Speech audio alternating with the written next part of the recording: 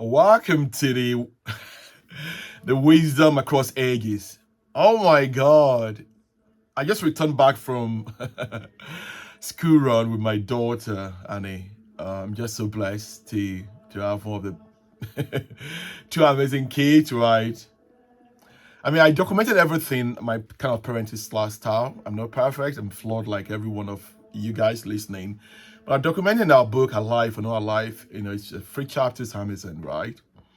How I been training them, and I'm just so blessed that they are learning and they're making their own decisions before they disappear to college.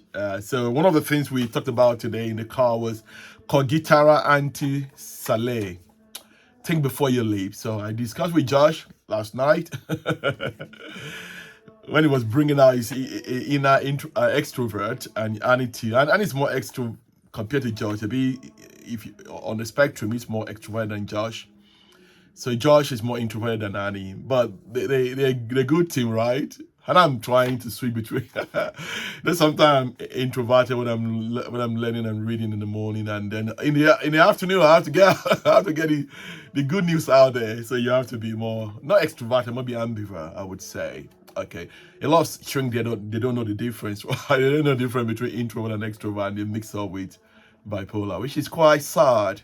But this podcast is not about shaming people, right? It's about wisdom. Okay, so let's get into it. We'll be talking about Proverbs 20:29 today, which is quite interesting. So I've got my show notes here. Okay, it's getting a bit cold here. I don't know. I have some collaborator. They live in New Zealand. I'm not sure they're listening. They live in New Zealand and Australia, so it should be quite warm over there. Oh my God, maybe I need to go. Okay, but I love the cold here. It's interesting.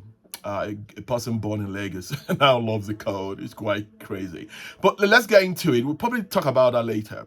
So Proverbs 29, a long list to it. I think I love this first one. Telling George this morning, whoever stubbornly refuses to accept criticism will suddenly be destroyed beyond recovery.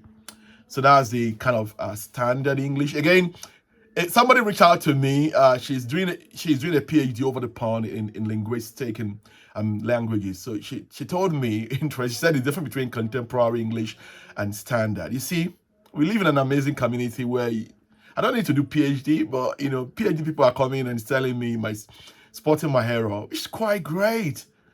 Awesome. So I've learned something new, different between contemporary English and standard English. So if you have to read out in more Shakespearean English, he that been often reproved had in his neck shall suddenly be destroyed, and that without remedy. Varoque comprimendo dura savis contemi repentus superventi intersu et sanatos non qui sequiti. It's sort of interesting, that passage. Again, I'm trying not to project my own ignorance into this. I think the better thing a wise man told me, you just write it down. I've got a couple of, you could put a stick note.